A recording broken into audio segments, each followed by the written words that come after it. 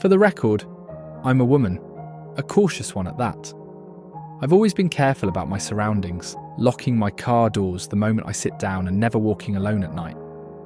But that morning, on election day, I had no idea I'd come face to face with the kind of fear you can't prepare for. It was a cold, grey morning when I stepped out of my car into the parking lot of my local polling station. The community centre, usually bustling with kids and fitness classes, felt unnervingly quiet. I pulled my jacket tighter around me, trying to shake the chill, but it wasn't the wind that made my skin crawl. Inside, a line of voters snaked through the hallway. Fluorescent lights buzzed overhead, casting a harsh glare on everyone's faces. I couldn't help but glance at each person as I passed, their expressions as stiff and hollow as mannequins. One man in particular stood out, a tall figure at the far end of the line. He was older, maybe mid-50s, with a gaunt face and hollow cheeks. He wore a tattered trench coat, despite the dry weather. But it wasn't his appearance that unnerved me. It was the way he stared. He wasn't looking at the ballot he clutched in his hand, or the volunteers. He was looking directly at me. I shuffled into line, avoiding his gaze, but I could feel it drilling into me. My heart pounded harder with each step I took closer to him. When I finally reached the check-in desk, he was just a few feet away, his eyes following every move I made. His lips were dry and cracked, twitching into what I could only describe as the ghost of a smile. I signed in, received my ballot, and found an open booth at the farthest end of the room. My hands trembled as I tried to steady the pen and fill in the bubbles. Every few seconds, I glanced over my shoulder, half expecting to see him standing right behind me. But he was still at the other end of the room, his back now turned toward me. I breathed a small sigh of relief and focused back on my ballot. But then I heard it, the faint sound of someone whispering.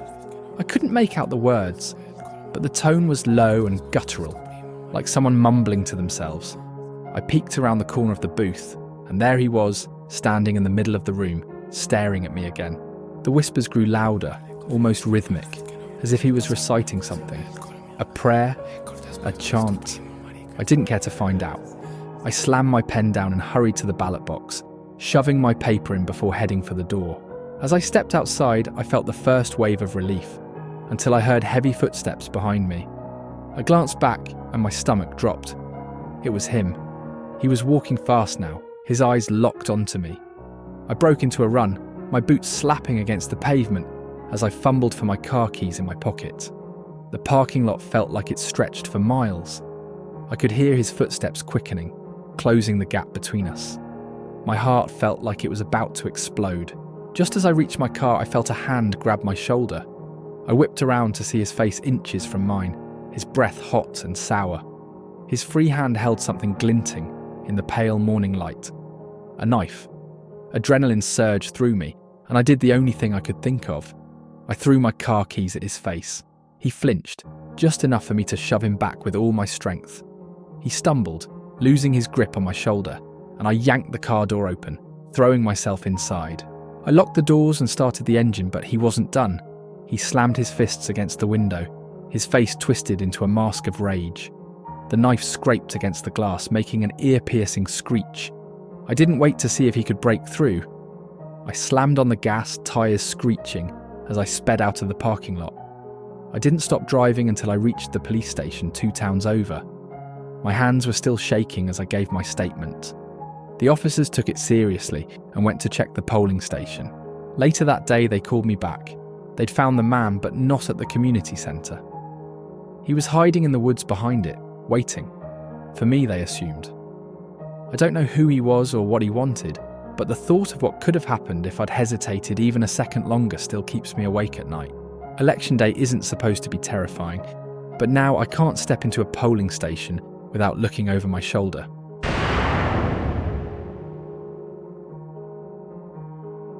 I didn't think much of the white van when I first saw it.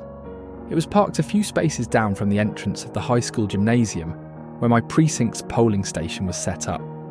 Election day was brisk but sunny, and the line of voters outside moved slowly. I had my coffee in one hand and my ID in the other, trying to kill time by scrolling through my phone. The van looked ordinary enough, rust along the wheel wells, paint chipped near the back doors. But as I got closer, I noticed something odd. The windows were completely covered, either painted over or tinted so dark that nothing inside was visible. A chill ran up my spine, but I brushed it off. Maybe someone was just being extra cautious about privacy. Once inside, the process was routine. I showed my ID, received my ballot, and found an empty booth. I wasn't there long, just a few minutes to fill out my choices. As I folded the ballot and slid it into the machine, I felt off, like I was being watched. I glanced around the room, but everyone seemed focused on their tasks. No one paid me any mind, so I pushed the feeling aside and walked back out into the parking lot. That's when I noticed the van again. It hadn't moved, but now the engine was running. A low, steady hum that made me freeze in my tracks. I told myself it was just a coincidence, someone waiting for a family member, or maybe checking their phone before heading off. Still, I couldn't shake the feeling that it was there for me. As I got into my car, I forced myself to stay calm. I started the engine and pulled out of the lot, keeping my eyes on the road ahead. For a few minutes, everything seemed fine, but when I checked my rearview mirror, my stomach dropped. The van was there. I tried to stay rational. Maybe they were just headed in the same direction. I told myself I'd drive a little farther and see if they turned off, but they didn't. At every light, every turn, the van stayed behind me. My palms started to sweat as I tightened my grip on the steering wheel. I turned down a side street, then another, deliberately avoiding my usual route home. Each time, the van mirrored my movements, staying just far enough behind that I couldn't see the driver through the windshield. My heart was pounding now. I knew I had to act. I turned onto a busy street and pulled into a gas station, parking right next to the entrance where a few people stood in line for the cashier. If the van was following me, I figured it wouldn't dare pull up somewhere so public. But it did. The van rolled into the lot and parked at the far corner, angled just enough to give it a clear view of my car. I stayed frozen in my seat, unsure of what to do. Then the back doors opened. A man stepped out. He was tall and broad, wearing a baseball cap pulled low over his face. His clothes were dirty, and he carried something in his hand, a large duffel bag. I fumbled for my phone, dialing 911 as I tried to keep an eye on him. "There's a man following me," I whispered, trying to stay calm. "He's in a white van at the corner mart on Elm Street." The operator assured me that help was on the way, but every second felt like an eternity. The man from the van wasn't approaching me, he was just standing there, watching. I couldn't see his face clearly, but I could feel his eyes on me. When a police cruiser finally pulled into the lot, I almost cried with relief. The man froze, then quickly climbed back into the van. The officers approached the vehicle, but the van sped off before they could reach it. They gave chase, leaving me shaken but safe for the moment. Later that evening, an officer called me with an update. The van had been found abandoned on a back road. Inside, they discovered duct tape, rope, and a crowbar.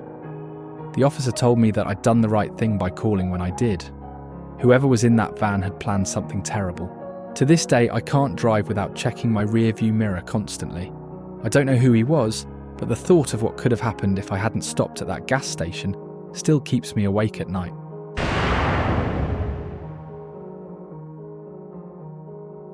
I had never heard of Fletcher's Hollow before Election Day. My precinct had always used the library as a polling station, but this year, due to renovations, we were assigned a different location. The address on the card was for a place called Fletcher's Hollow Civic Centre. For efficiency, the notice had said. I didn't think much of it, assuming it was just a lesser-known part of the county. It was a long drive, almost 40 minutes from my house. The route took me farther out into the countryside than I'd ever been, past sprawling fields and into thick woods.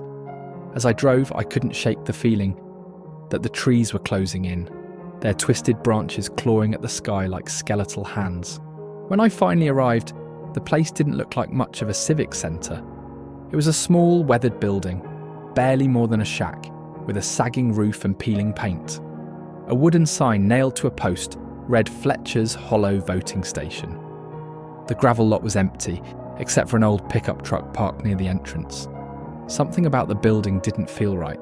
It was too quiet, even for a remote location. But I reminded myself it was Election Day, not a haunted house, and stepped inside. The air was stale and heavy, and the fluorescent lights flickered as I walked in. A folding table sat near the door with a small stack of ballots and a sign-in sheet. Behind it sat an older woman with a kindly smile, though her eyes seemed off. They were pale and glassy, as if she wasn't looking at me but through me. "Here to vote?" she asked, her voice thin and cracked. I nodded, handing over my ID. She studied it for a moment longer than felt necessary before sliding a ballot toward me.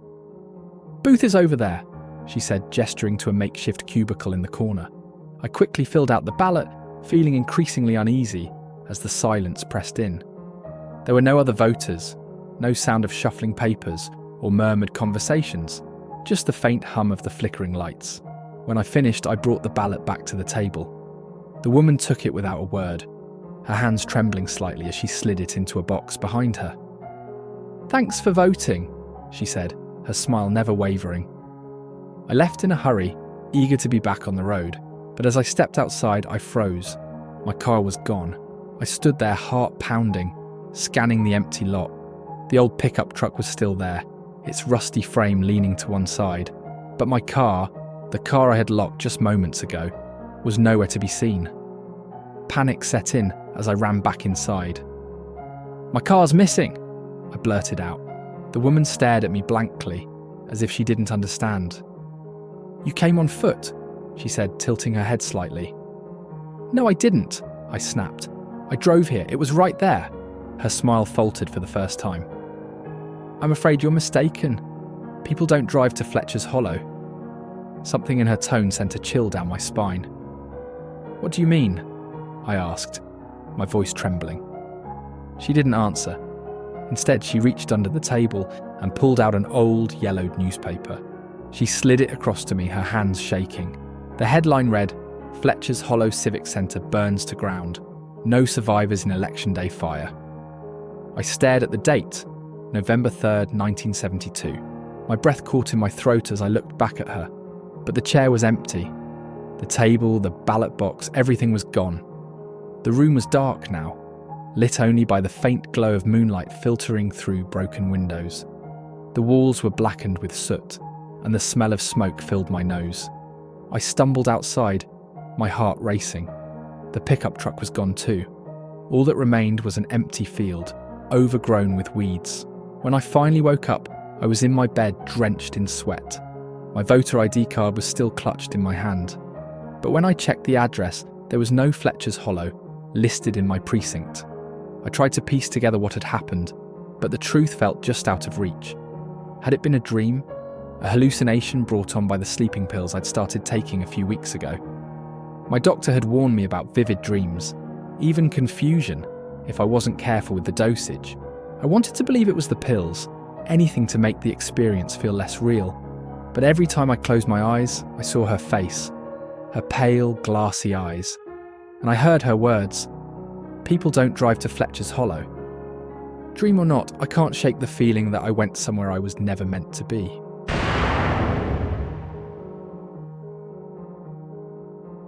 I've always been a stickler for doing my civic duty.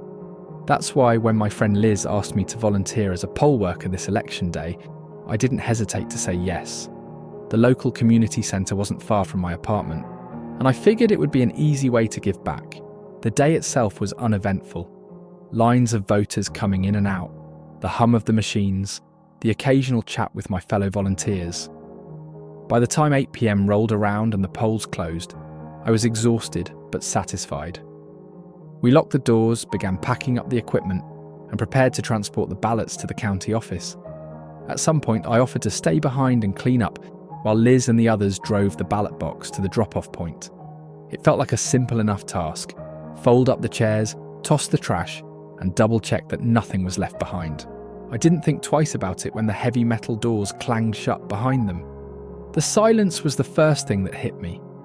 The chatter and footsteps of the voters from earlier in the day had filled the space with energy, but now the stillness felt oppressive.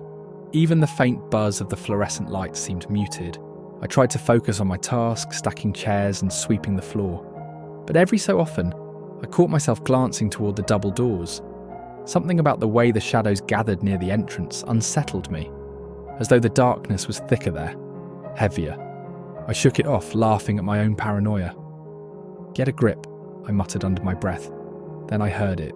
A faint click. I froze, my heart thudding.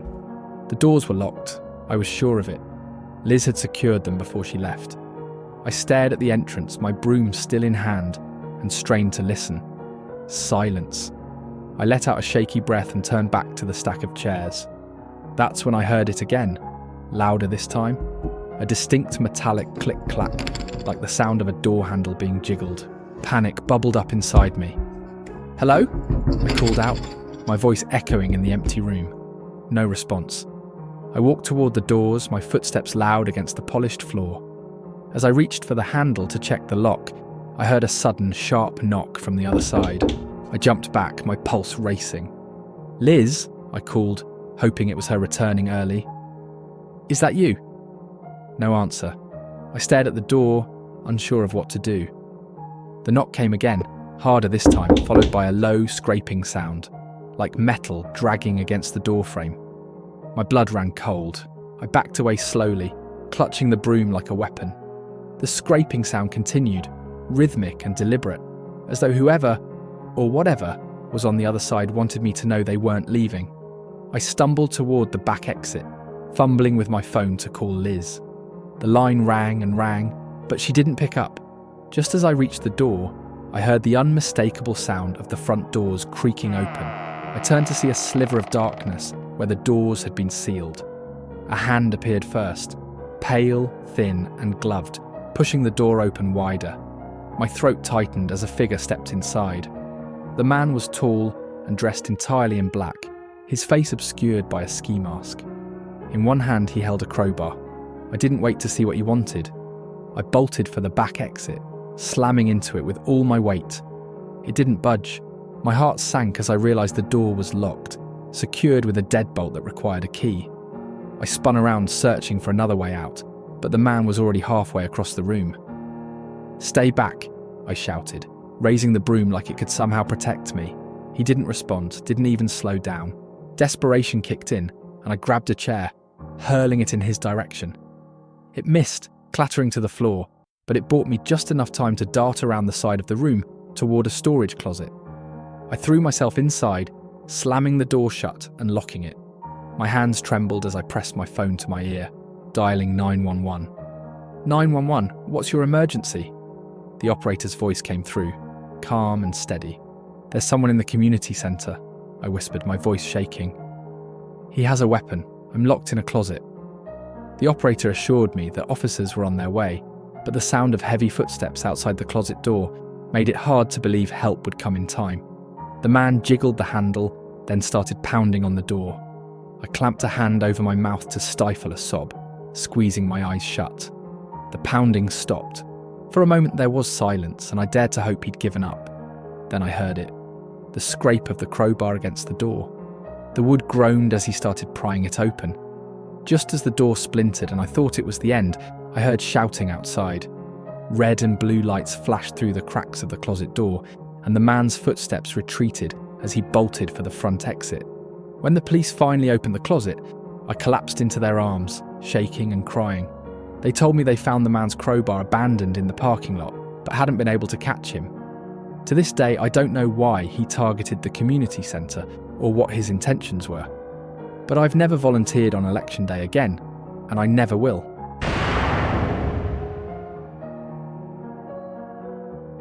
Election day is a time when people come together to exercise their civic duty, but these stories serve as a chilling reminder that even the most mundane settings can hide something sinister.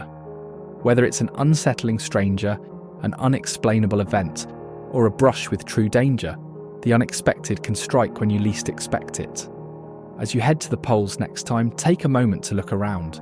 Notice the quiet figures, the strange movements, and the eerie stillness that might go unnoticed. Because sometimes the scariest moments don't come from what's on the ballot. They come from what's lurking just out of sight.